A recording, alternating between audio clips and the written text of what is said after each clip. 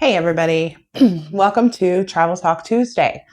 Today we're just going to do a quick video on visas and passports. So what I'm going to talk about today applies to US citizens who are wanting to travel outside of the US, whether that be to Mexico, Canada, the Caribbean, Europe, anywhere outside of the US borders. Sometimes it can be very confusing on, do I need a passport, a full passport? Do I need a passport card? Do I even need a passport to visit this place?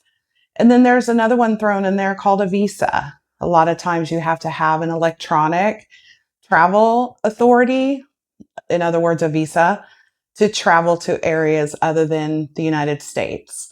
Right now, they are going through some transitions in Europe, which I am keeping an eye on for you.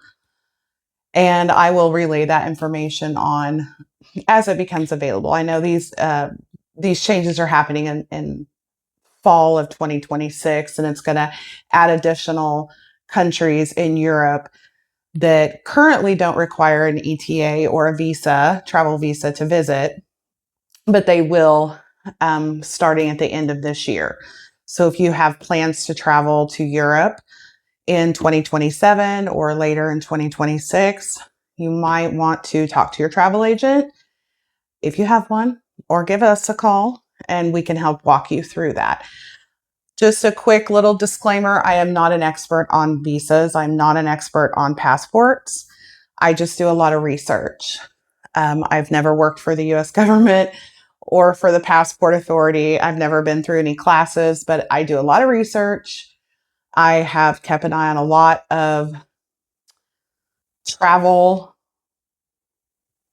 things since I became a travel agent. By things, I mean passports, visas, passport cards, as well as travel advisories for everywhere outside of the US. I keep an eye on where it's safe to travel, where it's not safe to travel, things like that. It's just something as a travel agent you should do. Now, a lot of people don't know that there's a full passport and there is a passport card. A full passport is the booklet you get. I think there's an example over here. It's a full passport. Yep, there we go. Full passport. So that's your passport book. This allows you to travel by air, land, and sea. So if you're planning to travel internationally by plane, you need to have a passport. There's just no way really around it. You have to have a passport. It's another form of identification. It's really nice to have. It makes it so much easier to even board a cruise where a passport, full passport may not be necessary, but it makes it so much easier. There's also passport cards, which are small cards, almost like an ID. These passport cards are good by land and sea. So if you're traveling to Canada or Mexico, you would just need a passport card. They're generally a little bit cheaper than the full book, but they do restrict with the travel by air. But they're a nice thing to have. They're a little cheaper, nice to have in your pocket when you're hitting that cruise, going down to Mexico, or you want to travel into Canada. For any information, I recommend that you visit this website. I visit this website a lot. You'll find all the information you need, as well as a passport application, all the identification that you would need to obtain your passport, information about what kind of image picture you're going to need, because they are strict about that. Fun fact, Walgreens, they do a stellar job, at least they did for me. So this is a great website to visit for any questions you have, or you can always call the Dream Travel team. We will do that research. We will do that legwork for you. Another thing we get asked a lot, should I have a passport to go on a cruise? I'm going on a cruise, say to the Caribbean, to Mexico, to Cancun. Should I have a passport, or will a birth certificate work? You always want to check with your cruise line or have your travel agent check with the cruise line, but generally a birth certificate is fine. I will say that a birth certificate, a lot of people travel that way, and so the lines to get boarded onto your ship can be longer in the birth certificate line.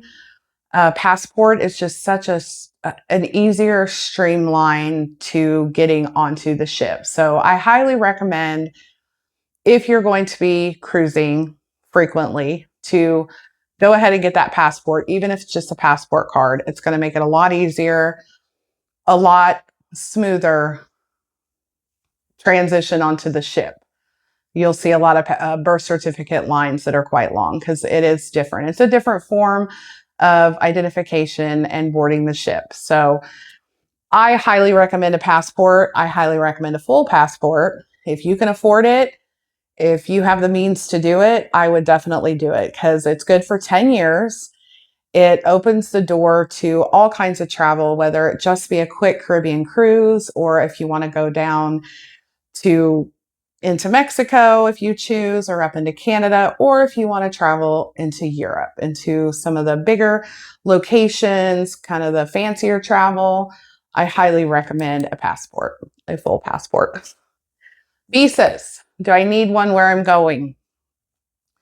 This is something that if you are booking your own vacation that is going to take place out of the borders of the US, you really need to do your research. Visas are currently required to visit the UK, which that's Ireland, Scotland, England. They're called an ETA. They're very easy to obtain. You can go to the website through the UK and get everything filled out. There's usually a fee. It's pretty nominal. I know there are other countries that charge a little bit more, but right now for Europe, it's around £20. So depending on what the dollar exchange is, it can be anywhere between $25+ US dollars. But you do need to have that to visit the UK right now. Like I said, they are changing that at the end of 2026, and we will have more information out about that. But right now, it's primarily in the UK.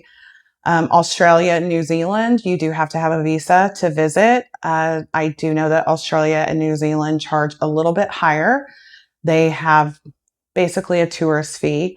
So not only are you paying for your visa, but you're also paying for a tourist fee. And that helps to keep their tourism nice and, puts money back into their country from the people who visit. So those are all questions you really need to ask a travel agent, or if you're trying to book on your own, you're going to need to find out. And you can always call us or email us here at Dream Travel. We do this research. It's not difficult, but it is a lot of information to read. And again, I am no expert, but it is something that you need to think about when you are traveling internationally. Even if you're traveling on a cruise, if you're traveling just to the Caribbean, if you're traveling off the coast of California or Seattle and going into Canada, there are some visa requirements for certain people. So you really need to hook up with someone who's knowledgeable about that and have them help guide you into getting your visa, your passport card, whatever you're going to need to travel. So I just want to thank you guys for hanging out with me. Travel Talk Tuesday, if you have questions about visas, if you're planning to travel soon and you're curious if you're going to need a visa, and just have any general questions about travel, hit the comments below and we'll do our best to answer them. Thank you.